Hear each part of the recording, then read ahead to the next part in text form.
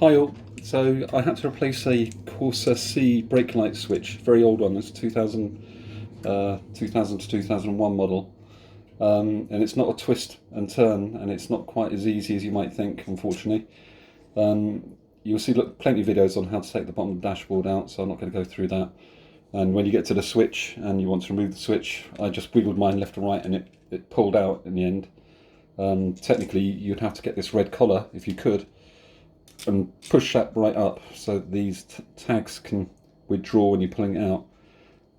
But with someone pressing the brake pedal down, to be honest with you, you might find that a bit difficult. I just screwdrivered it. You don't want it once it's obviously you're going to replace it, so just use a screwdriver and lever it out the best you can. So now let's go to the point of installing it. Now this is a ratchet system here. Once you've installed it, the pedal will press this back in a ratchet way, so it self-adjusts itself. But there's some things to consider. So I tried to put this in originally with my wife holding down the brake pedal and me trying to push it in. And what I realised is that even with the brake pedal fully down, this was hitting up against the brake pedal, and it's actually pushing. It's actually preventing me from getting it in. Then I also realised that the other thing that would stop me from getting it in is the collar. So this collar here needs to be fully extended so that you can actually push it in. These lugs recess in. Now for the first problem, what I did is I jacked up the car, put the wheel full left lock, and had my wife sit in the car and push her foot on the brake pedal.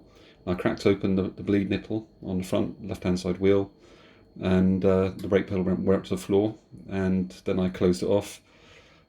She kept her foot on the brake pedal the whole time whilst I installed the new switch. So when you're installing this switch in particular, there's a little locating lug here, and in the square hole that you're putting it into, you'll see that there's a little cutout. There'll be a square and there'll be a little cut down the left hand side, so you have to locate it like that. So actually if you're putting it in the bracket, it would actually be going in this way, and the lug would locate. Now every time you try to push it in, something really annoying happens is that this falls back, catches on the side, and the lugs don't go down. So you have to do something to stop this red collar from dropping down. So what I did is I got some tape, very simple quick fix, just tape it over the top like that. Then you poke it in the hole this way, and it's not going anywhere. That red cover's staying there. Then from inside you just literally would rip it off like that.